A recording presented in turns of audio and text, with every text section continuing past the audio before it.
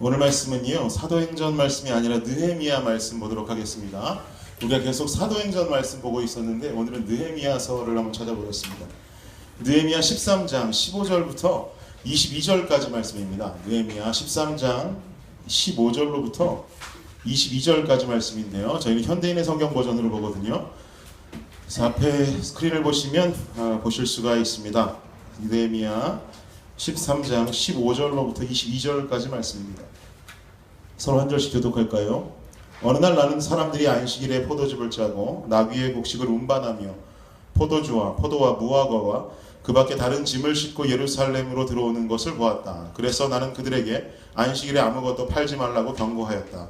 나는 또 예루살렘에 사는 두로 사람들이 물고기와 그 밖에 다른 상품을 가져와 안식일에 예루살렘 사람들에게 팔는 것을 보고 유다 지도자들을 불러 책망하여 이렇게 말하였다. 여러분은 어찌해서 이런 악을 행하여 안식일을 더럽히고 있어? 여러분의 조상들이 거짓을 했기 때문에 우리 하나님께서 우리와 이성의 이 모든 자를 내주신 것이 아니오. 그런데도 여러분은 지금 안식일을 범하여 이스라엘 백성이 하나님의 범하는 분노를 섭외하고 있어. 그리고서 나는 안식일이 시작되는 전날 저녁부터 안식일이 끝날 때까지 성문을 열지 말라고 명령하고 성문마다 내 종들을 배치하여 안식일에는 아무것도 가지고 들어오지 못하게 하였다. 그러나 종들을 하는 사람들이 한번 예루살렘 성벽 밖에서 밤을 보내므로 나는 그들에게 다시 그런 일이 있으면 가만두지 않겠다고 경고하였다. 그래서 그때부터 그들은 안식일에 오지 않았다. 그리고 나는 레위 사람들에게 몸을 정결하게 하고 와서 성문을 지켜 안식일을 거룩하게 하라고 명령하였다. 그때 이렇게 기도하였다. 나의 하나님이시여, 이 일에도 나를 기억하시고 주의 크신 사랑을 따라 나에게 자비를 베푸소서. 아멘. 잠시 기도하겠습니다. 하나님 감사합니다. 우리 토요일 저녁 성년들이 한자리에 모여서 주님께 예배드립니다. 주님, 이 시간이 주님께만 집중하는 시간 되게 하옵소서. 이 시간이 주님께서 주시는 말씀을 듣는 시간 되게 하옵소서. 듣는 것으로 끝나는 것이 아니라 마음밭에 새기고 그 마음밭에서 살아 역사하는 그런 귀한 예배의 시간, 메시지 시간이 될 수 있도록 주님 붙잡아 주시옵소서. 전하는 종은 주님께서 십자가 뒤로 감추어 주시고 오늘 주님의 십자가만 드러나는 귀한 시간 될 수 있도록 주님 붙잡아 주시옵소서. 예수님의 이름으로 기도드립니다. 아멘. 오늘 담임 목사님 오셔서 설교한다고 했는데 갑자기 제가 나타나서 깜짝 놀라셨죠? 담임 목사님이 감기 몸살에 걸리셨답니다. 그리고 또 제가 어저께 캔사스시티에서 수업이 6시에 끝났는데 아내랑 좀 자고 새벽 한 2, 3시쯤 떠나서 청년 예배 시간이라도 맞춰서라도 오자 그랬더니 제 아내가 청년들 보고 싶다고 안 된다고 6시에 끝나자마자 오스틴으로 다시 돌아가자 그래서 그냥 6시에 수업 끝나고 나오는 길에 하교를 그냥 오스틴으로 했습니다. 그래가지고 밤새 달려왔습니다. 밤새 달려서 오늘 7시 넘어서 도착했습니다. 여러분들을 이렇게 볼 수 있고 또 마침 담임 목사님 편찮으셔서 제가 설교 평소대로 할 수 있어 또 감사합니다. 단호한 결단이라는 제목 가지고 여러분과 말씀 나누겠습니다. 오늘은 특별히 느헤미야서를 보려고 합니다. 오늘하고 다음 주 지나고 나면 수련회가 되죠. 그래서 수련회 전까지 오늘과 그 다음 주는 좀 특별하게 사도행전 말고 다른 성서에서 말씀을 좀 보려고 합니다. 느헤미야는 어떤 사람인가요? 여러분들 뭐 잘 알고 계시겠죠? 느헤미야는 페르시아 아닥사스다 왕의 술 맡은 관원이었습니다. 술 맡은 관원장이었습니다. 왕에게 있어서 술은 참 중요하죠. 그를 살해하려는 어떤 음모가 있으면 술에다가 독을 타면 됩니다. 그러니까 그에게 올라가는 술 그리고 음식 이런 것들은 참 중요하죠. 성경을 보면 술 맡은 관원장, 빵 만드는 자 이런 이야기들이 나오곤 하는데 도대체 그 사람들이 뭐 이렇게 중요한 사람들인가 이렇게 이야기하실지 모르겠지만 참으로 중요한 사람들 중에 한 사람이다라는 것입니다. 확실한 신뢰가 없으면 그 사람을 술 맡은 관원장으로 세울 수가 없어요. 자신의 목숨이 언제 없어질지 모르기 때문에 그렇죠. 느헤미야는 이스라엘 사람입니다. 정확하게 말하면 남유다 사람이라고 보는 게 좋아요. 북이스라엘과 남유다가 원래는 한 이스라엘로 같이 잘 살다가 그 둘이 분열이 되기 시작했습니다. 그래서 북이스라엘, 남유다로 나뉘기 시작했죠. 그렇게 살다가 결국은 북이스라엘은 아수르에 의해서 멸망되고요. 남유다는 결국 바벨론에 의해서 멸망되게 됩니다. 그리고 남유다의 주요 인물들은 바벨론으로 이제 포로로 끌려가게 되지요. 그리고 포로로 잡혀가서 바벨론 땅에서 살게 됩니다. 그래서 예루살렘에서 결국은 남유다 사람들은 바벨론 땅으로 그 전에 옮겨가는 시간이 분명히 있었다라는 것이죠. 그리고는요, 이 바벨론이라는 강국을 페르시아가 점령하게 됩니다. 페르시아가 그 천하를 완전히 다 통일해 버리게 되죠. 결국은 그래서 자동으로 바벨론의 포로였던 이 남유다 백성들은 자연스럽게 페르시아의 포로가 되게 되는 것입니다. 느헤미야라는 사람은 포로임에도 불구하고 남유다 출신임에도 불구하고 왕의 중요한 신뢰를 얻는 높은 직책을 얻은 사람이었다라는 것에 우리는 좀 주목할 필요가 있어요. 굉장히 멋진 사람이었다라는 것이죠. 그리고 다른 나라 속국 포로로 살면서도 굉장히 그 안에서 많은 인정을 받았던 중요한 자였다라고 우리는 추측해 볼 수가 있는 것입니다. 그런데요, 이때 페르시아의 왕들이 포로 생활을 하던 이스라엘 백성들로 하여금 굉장히 넓은 아량을 베풀게 됩니다. 고국으로 돌아가라는 거예요. 이제 너네들 뭐 포로 생활 필요 없이 너네들이 이제 고국으로 돌아가도 되겠다라고 이제 명령하게 됩니다. 그러니까 이스라엘 백성들은 1차, 2차, 3차에 거쳐서 이 바벨론, 페르시아 땅에서 포로 생활을 하다가 예루살렘으로 포로 귀환을 하게 됩니다. 예루살렘으로 돌아가서 가장 이 사람들이 하고 싶었던 건 뭐냐면 당연히 이스라엘 백성들은 먼저 성전을 재건하고 싶었습니다. 전쟁으로 무너진 그 예루살렘 성전을 재건하고 그리고 그곳에 다시금 그들이 믿는 하나님을 모시고자 하는 마음이 가장 컸다라는 것이죠. 그래서 이 사람들이 1차, 2차, 3차로 돌아가면서 성전을 재건하려고 하고 또 때로는 중단되고 주변 국가들의 방해들로 인해서 잘 진행되지 않고 이런 일상들이 반복되다가 느헤미야라는 사람이 이 페르시아의 굉장한 고위층이었는데 자기네들의 이 성벽 재건, 성전 재건이 쉽사리 잘 진행되지 않는다라는 소식을 듣고 애국심에 불타올라서 이 사람도 결국은 자기가 섬기던 아닥사스다 왕에게 내가 고국을 좀 다녀와야겠습니다 라고 휴가를 내고 이 사람이 예루살렘으로 향하게 됩니다. 그리고는 예루살렘으로 가서 이 느헤미야의 중요한 미션은 성벽을 재건하는 일이에요. 성벽을 지어서 결국은 그 성벽을 지어서 외세의 침입에 막을 수도 있고 본인들을 보호하려는 마음이 있었겠죠. 그래서 성벽을 짓기 시작합니다. 그런데 재미있는 것은요, 이 느헤미야서가 재미있는 것은 성벽을 재건하는 작업들이 쭉 나오게 되는데 그 중에서도 성벽만 재건하는 것이 아니라 재미있는 것은 무너져 있는 이스라엘 백성들의 영적인 모습을 각성하고 다시금 그들로 일어나게 하는 작업들을 함께 이루고 있다는 것에 우리는 주안점을 둘 수 있어야 합니다. 눈에 보이는 성벽만 재건하는 것이 아니라 이스라엘 백성들의 영적인 성벽 또한 함께 재건했다라는 것이죠. 느헤미야가 예루살렘으로 돌아가서 성벽을 재건할 때 그곳에 굉장히 유명한 종교 지도자 한 사람이 있었는데 그 사람이 누굽니까? 에스라라는 사람이 있었죠. 그래서 에스라는 영적으로 이스라엘 백성들을 일으키고 느헤미야는 성벽을 재건하기 시작하는 것입니다. 그래서 에스라가 성벽이 다 재건되어지고 영적인 각성운동을 펼치기 시작합니다. 그리고 더 이상 우리 이스라엘이 포로의 삶을 살지 않기 위해서 우리가 주권국가로 살기 위해서 무엇을 해야 하느냐? 하나님을 제대로 믿어야 한다는 것이죠. 지금까지 제대로 못 믿었다는 거예요. 제대로 믿고 그분을 주인으로 삼을 때 우리는 다시는 이렇게 뼈아픈 과거로 돌아가지 않을 것이다 라고 하면서 영적인 각성운동을 펼치기 시작합니다. 그리고 회개가 일어납니다. 하나님의 율법을 지키고 그분을 주인으로 모시겠다는 고백이 일어나기 시작합니다. 결국은 성벽 재건과 영적 각성운동이 동시에 일어나면서 이스라엘은 무언가 부흥기를 맞는 것처럼 보여집니다. 그런데 문제는요, 이 느헤미야가 성벽도 재건했고 그리고 영적 대각성운동도 에스라와 같이 펼쳤고 이제 모든 것이 잘 되겠구나, 잘 율법대로 사람들이 지켜 행하며 살겠구나라고 마음 놓고 이제 본인이 속해 있는 페르시아 땅으로 돌아갔는데 가서 소식을 들어보니까 이스라엘 백성들이 그 뒤에 자기들이 고백하고 결단했던 대로 살지 않고 있더라는 것을 알게 됐어요. 그렇게 살지 않는다는 거예요.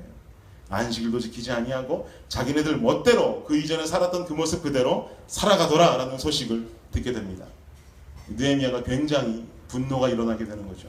거룩한 분노가 일어나죠. 그래서 결국 느헤미야는 그것을 간과하지 않고 결국은 다시 예루살렘으로 돌아옵니다. 그리고 이스라엘 백성들을 모아두고 굉장한 일침을 가하기 시작합니다. 그 말씀이 바로 오늘 본문에 나오고 있는 말씀입니다. 특별히 오늘 본문이 말하고 있는 것은요, 이스라엘 백성들은 에스라가 진행했던 영적 부흥의 이후에 안식일을 제대로 지키지 않더라라는 이야기가 나오고 있어요. 15절에서 17절까지의 이르기를 안식일에 일하는 이스라엘의 백성들의 모습이 보입니다. 안식일에는 일하면 안 되죠. 안식일에는 어떤 무역업, 상업이 거래되면 안 되는데, 지금 뭔가 이스라엘 백성들 사이에서 안식일에 일을 하고 그 안에서 상업, 무역업이 거래되고 있는 모습을 볼 수가 있게 됩니다. 술틀을 밟고 곡식단을 나귀에 실어서 운반하고 또 식물을 팔고 물고기와 각양 물건들을 가져다가 파는 모습이 보여지는 것입니다. 그래서 느헤미야가 명하기를 그 모든 행위를 금해라. 그리고 다시금 안식일에 거룩한 성수를 결단하라. 라고 단호하게 그들을 향하여서 말씀하는 모습이 오늘 본문에 나타나고 있는 것입니다. 오늘 말씀을 통해서 우리는 언약 백성으로서 구원 얻은 하나님의 백성으로 우리는 과연 우리 삶에 있어서 잘못된 것들에 대해서, 우리 삶에 있어서 정말 죄악된 것들에 대해서 우리는 어떤 자세로 그것들에 대해 임할 것인가를 좀 오늘 살펴보는 시간이 되기를 원합니다. 첫 번째로 여러분과 나누기 원하는 것은요, 우리 삶 가운데 잘못된 것들에 대해서 첫 번째로 그 잘못된 것을 그냥 지나쳐서는 안 된다라고 여러분께 말씀드립니다. 이스라엘 백성들이 지금 범하고 있는 잘못은요, 현재 이스라엘 백성들, 현재 그 사람들에게서만 일어나는 잘못이 아니었다라는 것을 우리는 알 수 있어요. 18절 함께 다시 한번 보기 원합니다. 18절 말씀이요. 함께 읽을게요. 시작. 여러분의 조상들이 우리와 이 성에 모든 재앙을 내리신 것이 아니요, 그런데도 여러분은 지금 안식일을 범하여 이스라엘 백성이 하나님의 더 많은 분노를 사게 하고 있어. 이미 이스라엘 백성들만이 안식일을 안 지키지 않은 것이 아니라는 거예요. 지금 18절이 말하는 것은 지금 너희 이스라엘 백성들 니네 조상 때부터 잘 지키지 않았다는 거예요. 너희 조상들도 이렇게 잘 지키지 않았다. 그랬기 때문에 우리 하나님께서 우리와 이 성에 이 모든 재앙을 내리셨던 것이다. 근데 어떻게 너네 또 이렇게 할 수 있느냐라고 좀 질책하는 것이죠. 분명히 이 이전부터 우리 조상 때부터 내려왔던 잘못된 관습으로 하나님의 진노가 분명하게 임했는데 너네들은 또 그 악행을 다시 한번 거듭하고 있다라고 말하고 있는 것입니다. 이러한 이유 때문에 성벽이 재건되어지고 난 뒤에 느헤미야를 비롯한 이스라엘 백성들은 안식일을 범하지 않고 구별해서 지키겠다고 우리가 결단했던 것이 아니냐라고 지금 되묻고 있는 거예요. 근데 시간이 지나자 안식일을 범하고요, 일을 하고요, 상거래가 나오고요, 잘못된 관습이 들어옵니다. 생각해 보세요. 조상 때부터 못 지켰대요. 이스라엘 백성들의 조상 때부터 안식을 지키는 것이 힘들었고, 그들의 어머니 아버지도 힘들었을 거고, 그리고 그들이 조국을 빼앗겼고 포로 생활을 하게 되고, 정신 차렸나 싶었는데 성벽 재건되고 영적 각성운동 끝난 뒤에도 결국은 살만하니까 또 안식일을 안 지키더라는 거예요. 안식을 지키는 것이, 안식일을 거룩하게 지키는 것이 그렇게도 어려운가 봅니다. 이쯤 하면은요, 세상과 타협할 수 있죠. 이 정도는 인정할 수 있죠. 이게 얼마나 힘든 일인 줄 압니까? 우리 엄마 아빠도 힘들었고 할아버지 할머니도 힘들었고 그 사람들의 엄마 아빠도 힘들었고 우리 조상 다 힘들었다는데, 이렇게 힘든 걸 우리한테 어떻게 지키라고 그럽니까? 이 정도는 좀 이해합시다. 물건 살 수 있죠. 무역업도 할 수 있죠. 일도 좀 할 수 있죠. 곡식에 이거 단틀을 좀 밟는 게 이거 뭐가 잘못됐습니까? 이 정도도 할 수 있죠. 이 정도 좀 인정합시다 라고 느헤미야에게 건의할 수 있는 내용이에요. 그렇지만 이들은 그들에게 건의했을지 모르지만 지혜로운 리더였던 느헤미야는 그 모습마저 인정하지 않았더라는 거예요. 타협이 없던 사람이었다라는 거예요. 세상과 타협하는 것, 그 정도 인정하는 것, 세상의 관념이죠. 하지만 하나님의 관념은 그렇지 않았다라는 것입니다. 17절 한번 볼까요? 17절 뭐라고 말씀합니까? 시작. 유다 지도자들을 불러 책망하며 이렇게 말하였다. 여러분은 어째서 이런 악을 행하여 안식일을 더럽히고 있어? 라고 말합니다. 분명한 백성들의 문제입니다. 이건 이스라엘 백성들이 잘못하는 거예요. 안식일을 범하고 그 안식일을 거룩하게 지키지 못하고 분별하지 못하고 더럽히고 있다 라고 느헤미야는 단도직입적으로 그것을 그냥 넘어가지 않고 다시 한번 이야기하고 있습니다. 잘못된 것임을 알려주는 거예요. 세상과 타협이 없는 거예요. 세상이 주는 생각은 그에게 필요가 없습니다. 하나님의 생각이 중요합니다. 그것이 잘못된 것이고 하나님의 기준으로 적합하지 않은 것이라면요, 그냥 지나쳐서는 안 된다는 것이죠. 여러분의 삶 속에서는 무엇과 타협하고 있습니까? 여러분의 삶 속에서 여러분 스스로 인정하고 있는 것은 무엇입니까? 그거 우리 생각이에요. 그냥 그저 그건 우리의 생각일 뿐입니다. 하나님의 생각은 그렇지 않아요. 하나님의 생각은 작던 크던 이해가 되던 안 되던 주님 기준이 중요해요. 타협이 아니라 하나님 뜻대로 살아가는 것, 바로 그것이 하나님의 뜻이다라는 거예요. 제가 어저께 저녁 6시부터 캔사스에서 돌아오는데 내비를 찍고 이렇게 오는데, 내비를 찍고 이렇게 오다 보니까 한 1시간 좀 넘게 운전했나 했더니 잘 아는 길 이름이 드디어 등장했어요. I-35라고 딱 뜨더라고요. 얼마나 기분이 좋던지. 이제 이거 타고 남쪽으로만 가면 폴트월스 지나서 이제 어스틴 갈 수 있겠다 생각을 하니까, 아직 내비에는 한 10시간여가 남아있는데도 굉장히 기분 좋게 밟아서 가고 있었습니다. 그런데 굉장히 가다가 갑자기 기분이 너무 좋았던 나머지 졸음이 오기 시작했어요. 제 운전하면서 진짜 잘 졸거든요. 운전하면 다들 잘 자던 사람도 안 잔다는데 진짜 잘 잡니다. 잘 자면서 잘 운전합니다. 제 아내가 늘 신기한 사람이라고 그럽니다. 큰 사고가 날 법도 한데 아직까지 안 난 것이 하나님 저를 무지하게 사랑하는 증거라고 저는 생각하고 살고 있습니다. 제가 이제 가다가 졸고 있는 모습이 아내의 눈에 포착이 된 거죠. 제 아내는 절대 자지 않습니다. 왜냐하면 남편이 늘 자니까 그걸 지키고 있다가 한 번이라도 거기가 까딱하면 차 멈추라고 하든지 바꾸자고 하든지 저한테 해야 됩니다. 그래서 제가 한 번 가다가 너무 졸린 나머지 꾸벅했던 모양이에요. 전 그것도 잘 몰라요. 그랬더니 제 아내가 차 세워 그러더라고요. 차 세워, 내가 운전할게 그러더라고요. 그래서 저도 좀 피곤해서 알았다 그러고 이제 가다 보니까 한국처럼 무슨 휴게소가 있더라고요. 그래서 휴게소에 차를 대고 이제 나왔습니다. 이게 차를 대고 운전석에 바꿨습니다. 그리고 바꾸면서 배도 고파서 햄버거도 하나 사 먹고 좀 시간을 거기서 조금 보내다가 차에 탔어요. 근데 그게 신기한 게, 여기 제가 텍사스에서 본 적이 없는데 고속도로가 이렇게 이게 상행선이 있고 하행선이 있으면 보통 가다 보면 맥도날드가 이렇게 내려가는 쪽은 우측에 나오고 올라가는 쪽은 여튼 올라가든 내려가든 우측에 나오잖아요. 근데 이 캔사스시티 고속도로는 되게 웃긴 게 이렇게 가다 보니까 중앙에 있어요. 중앙에. 그러니까 누구나 다 왼쪽에 있는 거예요. 내려가도 왼쪽으로 들어가고 올라가도 왼쪽으로 들어오는 거예요. 그러니까 두 개가 있는 게 아니라 하나가 있는 거죠. 근데 그게 한국에는 그런 데가 꽤 있잖아요. 한국 살 때는 안 헷갈렸는데 햄버거 먹고 좀 졸리고 나왔더니 헷갈리는 거예요. 이게 나가는 길도 모르겠고. 그래서 이제 제 아내가 운전하고 나가는데 제 아내가 남쪽이야 북쪽이야 그러더라고요. 분명히 제가 남쪽인 걸 알고 있었어요. 내비 봐봐 그랬더니 내비에 또 얘도 정신 못 차리는 게 북쪽이라고 나와 있는 거예요. 북쪽이라고 나와서 제 아내가 얘는 북쪽이라는데, 그래서 남쪽인데 북쪽이라 그러지? 그랬더니 제 아내가 어떻게 해? 그래서 걔가 가는 대로 가야지. 북쪽으로 가다 보면 또 지름길이 있나 보네. 그래서 아내가 운전을 하고 북쪽으로 나갔습니다. 북쪽으로 나갔더니 제가 아무리 졸면서 왔어도 지나갔던 길이 기억나잖아요. 제가 왔던 길을 다시 거슬러 올라가고 있는 거예요. 괜히 불안함이 엄습해 오기 시작했습니다.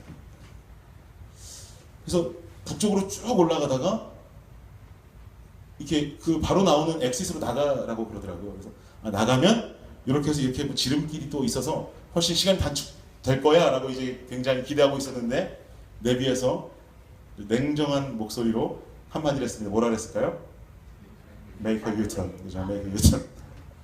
Make a U-turn 그러더라고요. 굉장히 짜증나고 화가 많이 났어요. 얘는 도대체 뭘 하는 애인가 말이죠. 얘의 본분은 우리를 빨리 오스틴으로 인도해 주는 것인데, 북쪽으로 가라더니 Make a U-turn. 다시 남쪽으로 돌아서 내려오는 그 마음이 얼마나 쓸쓸하고 외로웠는지 모릅니다.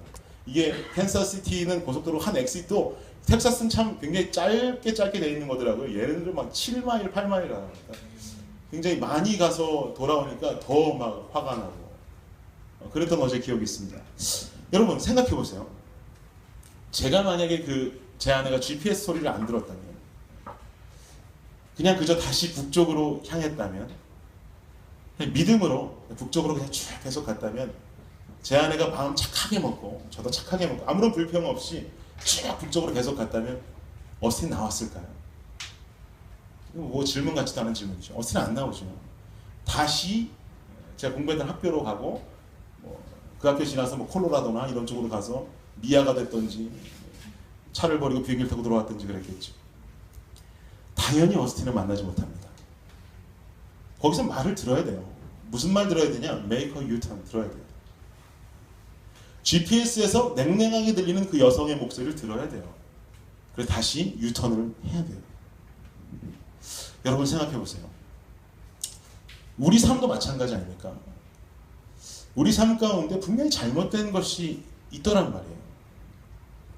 잘못된 것이 있고 그 잘못된 것을 행할 때 참 또 늘 마음이 부담스럽고 안 좋으면 좋겠는데 또 굉장히 기뻐요.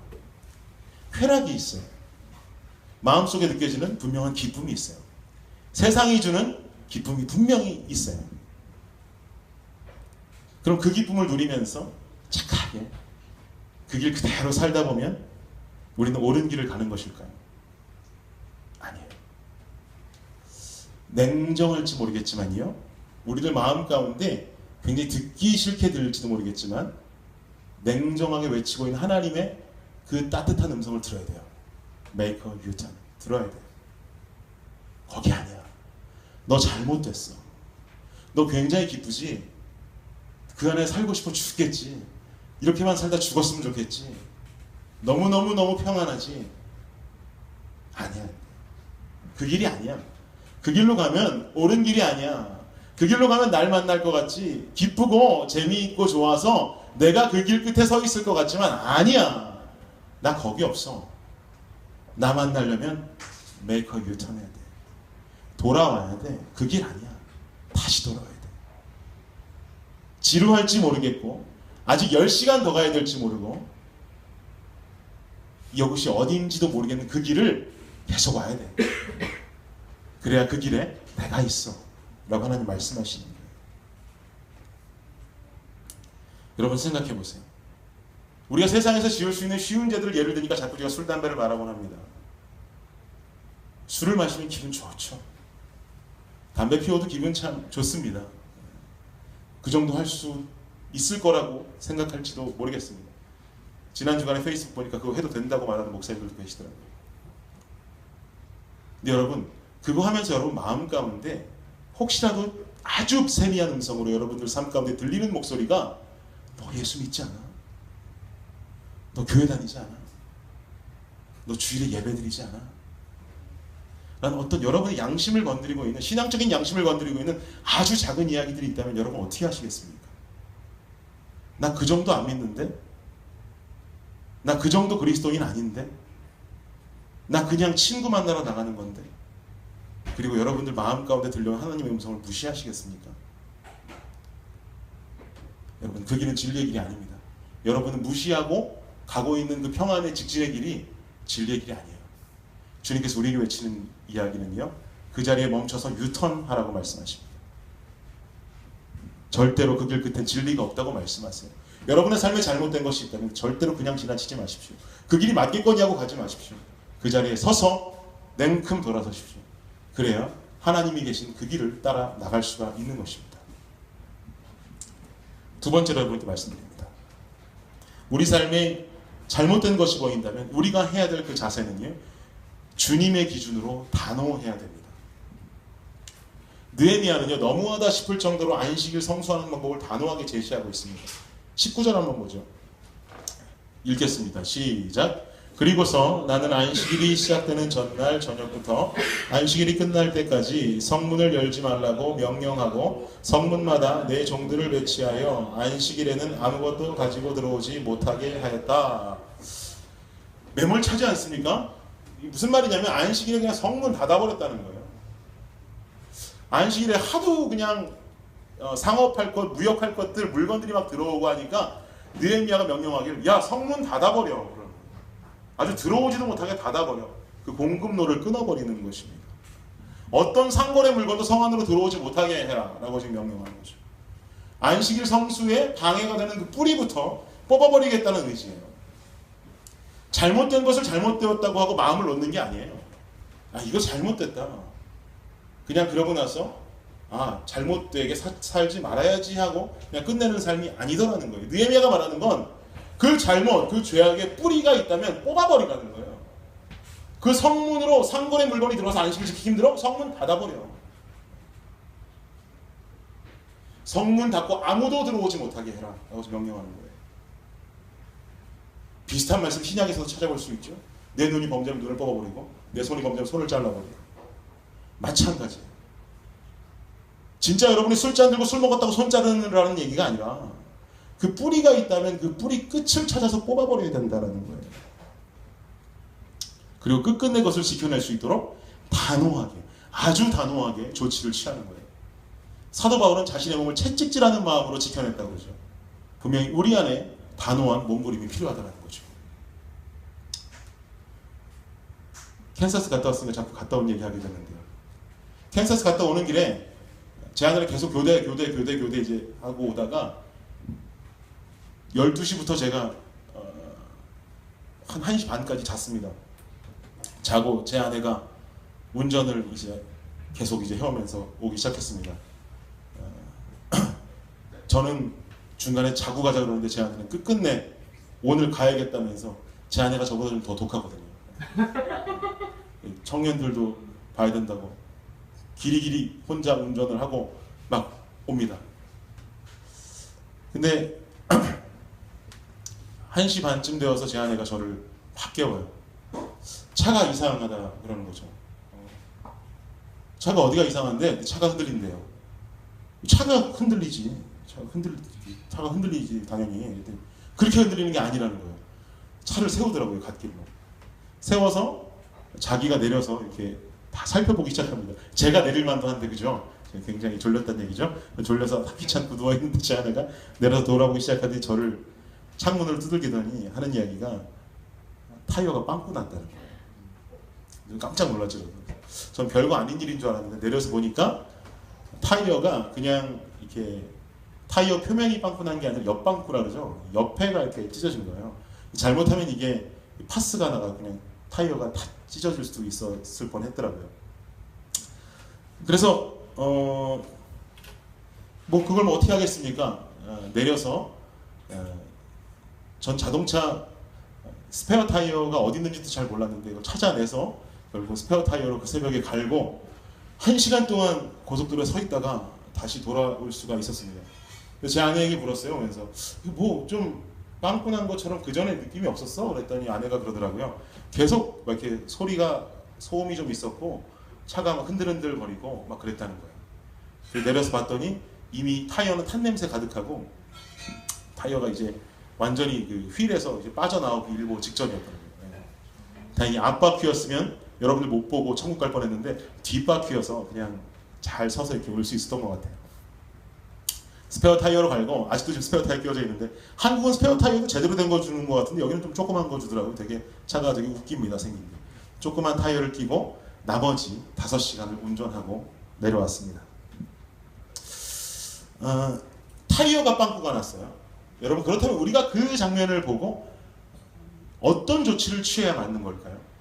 구멍이 옆방구가 뚫렸네. 여기 요만큼 뚫렸는데 이거 본드로 좀 붙여서 본드로 붙여서 가자. 혹은 뭐 이 종이를 좀 붙여서 가자. 뭐 이런 사람 있습니까? 정신병자죠. 이건 아니죠. 그렇게 고치는 사람은 없어요. 분명히 지금 내 타이어를 봤을 때 옆에가 찢어서 이게 펑크가 났다면 타이어를 빼서 새 타이어를 꽂아야죠. 그거를 메우려는 사람은 없어요. 이거 빵빵하게 바람을 다 신어서 떠나자. 5시간 뭐 못 버티겠냐. 이렇게 하는 사람도 이상한 사람이죠. 과감하게 그 타이어를 빼버려야 됩니다. 그리고 새 타이어를 껴야 돼요. 그래야 남아있는 5시간여를 과감하게 속도는 내지 못하더라도 오스틴까지 도착을 할 수가 있습니다. 여러분 어떻게든 죄된 뿌리는요 뽑아내기 위해서 노력해야 됩니다. 여러분들 삶 가운데 구멍이 보여요? 요만큼이? 근데 여러분의 삶에 보이는 구멍이 이만큼이지 여러분의 뿌리는 어디에 박혀있는지를 찾아야죠. 요거 매워요? 요거 그냥 덧칠해버려요? 요거 그냥 회칠해버려요? 그럼 안 보일 것 같아요? 그거 아니라는 거죠. 그거 가지고 여러분 삶 롱런 할 수 없어요. 제 차도 그냥 보여있는 요만큼의 보여져 있는 그 구멍을 메워놓고 바람도 넣지 않고 왔다면 다시 5분도 가지 않아서 자동차는 다 박살나고 말았을 겁니다. 새 타이어를 끼워넣어야 돼요. 어떻게든 죄된 뿌리를 뽑아내야 돼요. 생각과 각오만으로 끊어버리는 것이 아니라 어떻게든 단호한 방법과 조치를 취해야 돼요. 22절 한번 봅시다. 22절 오늘 마지막 절 말씀인데요. 함께 읽겠습니다. 시작. 그리고 나는 레위 사람들에게 몸을 정결하게 하고 와서 성문을 지켜 안식일을 거룩하게 하라고 명령하였다. 그때 이렇게 기도하였다. 나의 하나님이시여 이 일에도 나를 기억하시고 주의 크신 사랑을 따라 나에게 자비를 베푸소서. 여러분 이게 중요합니다. 분명히 단호한 각오가 필요하고 결단을 하고 내가 그것을 끊어버리겠다라고 분명히 결단이고 각오가 있는데 중요한 건요. 각오와 결단이 있으면 분명히 기도가 필요해요. 나의 하나님이시여 이 일에도 나를 기억하옵소서. 주의 크신 사랑을 떠나 나에게 자비를 베푸소서. 주님 내 힘으로는 안 돼요. 내가 결단했고요. 내가 이 시간 이만큼 안 하겠다고 결단했고 각오했어요. 여러분 그것만으로 되든가요? 아니에요. 단호한 결단, 단호한 조치 그리고 주님 앞에 무릎 꿇는 삶의 자세가 필요해요. 이 중요한 거예요. 그래야 하나님 보시기에 합한 자가 될 수 있어요. 단호함만 가지고는 또 되지 않아요. 단호함 가운데 주님께 매달리는 영적인 의지가 필요하다는 것이죠. 지난주 설교 말씀하면서 여러분께 제가 그랬죠. 새벽을 깨우겠다면 새벽을 깨우라고. 예배의 자리에 나오라고. 그렇게 강조했잖아요. 너무 감사한 건 지난 주간에 청년부 새벽 예배 참석률이 굉장히 높았더라고요. 너무 감사한 일이에요, 여러분. 기도해야 되고요. 주님 앞에 매달려야 돼요. 그래야 여러분의 눈에는 요만큼의 구멍밖에 보이지 않을지 몰라도 여러분 삶에 죄된 근성과 뿌리가 보이기 시작해요. 여러분 삶에 더럽고 냄새나고 추악한 그 삶의 그 가장 깊은 곳의 모습까지 보여지기 시작해요. 누구의 눈에? 하나님의 눈에? 아니 내 눈에. 내 눈에 내 모습이 정확하게 보여지고 진단되어야 돼요. 그래야 내가 그것을 입술로 주님께 고백하는 것입니다. 주님 앞에 그 죄악된 뿌리들을 내어놓고 기도하는 거예요. 주님 내가 이거 결단합니다. 이거 안 할게요. 여기서 벗어나고 싶습니다. 근데 내 힘으로 안 됩니다. 주님. 주님께서 도와주시고 지켜주세요. 라고 기도하고 매달릴 수 있는 그 단호한 영적 육적인 의지가 필요하다라는 것입니다. 제가 오늘 여러분 죄를 향한 두 가지 자세에 대해서 말씀드렸습니다. 결론을 내주려고 합니다. 비가 억수같이 쏟아지는 날 차 안에 가만히 앉아서 사색을 즐기는 것은 누구나 좋아할 것입니다. 근데 1m도 못 가게 했는 정도로 폭풍우가 몰아치고 그냥 하늘에서 비가 쏟아져 내리는 길을 저는 그런 길을 운전하는 걸 좋아합니다. 조금 이상하지 않나 싶어요. 물론 계실 수도 있겠죠. 박철웅님 좋아하시는 거. 근데 여러분 생각해 보세요. 한 치 앞도 안 보이는 그 빗길 폭풍우 속을 운전을 하고 갈 때 운전하시는 분은 아실 텐데 오래된 와이퍼로 100번 움직이는 게 좋습니까? 아니면 새 와이퍼로 한두 번만 움직이는 게 좋습니까? 질문 같지도 않은 질문이죠. 오래된 와이퍼 100번 1000번 문질러봤자 더 안 보여요. 잘 물이 날아가지도 않고. 근데 와이퍼를 갈고 새 와이퍼로 한번 내가 움직이기만 해도 굉장히 깨끗한 앞의 시야가 확보가 됩니다. 우리 삶 속에 남아있는 더러움으로 더러움을 닦지 마세요. 타협하려는 의도를 버리세요. 강하게 결단하세요. 뭘 결단하느냐? 깨끗함을 결단하세요. 정결함을 결단하세요. 그리고 여러분이 가지게 될 그 깨끗함과 정결함으로 더러움을 향하여 승부하십시오. 더러움으로 더러움을 승부해봤자 아무짝에 쓸모없어요. 못 이겨요. 이기는 척하는 거죠. 진짜 이기고 싶어요? 진짜 승리하고 싶어요? 정결함과 깨끗함을 얻어내야 됩니다. 하나님 무릎 꿇어야 돼요. 무릎 꿇고 얻어낸 그 깨끗함과 정결함을 가지고 더러움을 향하여 승부하세요. 그것이 여러분들에게 삶 가운데 분명히 승리를 얻을 수 있는 방법인 것입니다. 오늘 느헤미야는 두 가지 모습을 우리에게 보여줬습니다. 그냥 그 죄를 넘어가지 아니하고 그리고 그 죄를 향해 단호하게 결단하는 모습을 볼 수 있었어요. 성문을 닫아버리라고 명령하는 모습을 볼 수 있었어요. 여러분 우리는 타협에 가까운 삶을 살고 있습니다. 세상은 타협을 좋아합니다. 하지만 그리스도인들은 타협이 아니라 그리스도인들은 거룩입니다. 하나님 말씀하셨어요. 내가 거룩하니 너희도 거룩하라. 내가 거룩하니 너희는 타협하라가 아니에요. 여러분, 굉장히 매몰찬 설교로 들릴지 모르겠지만 그래도 여러분 결단하시고 각오하십시오. 우린 깨끗해야 됩니다. 우린 정결해야 됩니다. 그러지 못할지라도, 그렇게 못하게 살 수밖에 없는 인간으로 창조됐을지라도 주님께 그렇기 때문에 더 무릎 꿇어야 돼요. 그렇기 때문에 더 매달려야 돼요. 여러분 삶에 생겨난 그 깨끗함이 여러분 삶 앞에 다가온 그 더러움을 바라보고 분명히 승리하고 이겨낼 수 있는 우리 청년들이 되시기를 주님의 이름으로 간절히 축복합니다. 이 시간 잠깐 기도합시다. 한 목소리로 좀 기도하기 원하는데요. 굉장히 오늘 김전도사 안 오겠다더니 나타나서 죄에 대한 이야기 했습니다. 무거운 이야기일지 모르고 이거 어떻게 해야 될까 정말 날마다 고민하시는 부분일지도 모릅니다. 그리고 저런 이야기 듣고 싶지 않다 하실지도 모릅니다. 여러분, 근데 듣고 싶지 않다는 그 마음이 저는 은혜라고 생각해요. 왜 듣고 싶지 않겠어요? 지켜야 되는 건 줄 알면서도 그리스도인을 지키지 못하니까 듣기 싫은 거겠죠. 그냥 듣기 싫고 짜증나는 거면 왜 이 자리에 나오겠어요? 안 오셨겠죠. 근데 오늘도 하나님께서는 저를 통해서 여러분께 영적인 부담을 주셨습니다. 여러분, 어떻게 해야 될까요? 도대체 어떻게 해야 되는 걸까요? 날마다 쓰러지고 넘어지는데 1분 전에 회개하고 1분 뒤에 죄 짓는 것이 우리 인간인데, 이 시간에 우리 여러분 삶에 육적인 결단을 하시고 그리고 기도하실 때, 하나님, 이게 내 결단만으로 되지 않네요. 주님, 이게 내 결단만으로 이루어지지 않습니다. 주님께서 나를 깨끗하게 해주셔야겠습니다. 주님께서 나를 붙잡아 주셔야겠습니다. 내 입만으로 되지 않습니다. 이 시간에 내가 육적인 내 입술로 고백하고 손을 들어서 주님 앞에 내어놓사오니 아버지께서 이 손을 잡으시고 내 삶에 거룩이 임하게 하옵소서. 힘들어도 늘 결단하고 회개케 하옵소서. 이 시간에 한 목소리로 간절히 기도하도록 하겠습니다. 기도하겠습니다.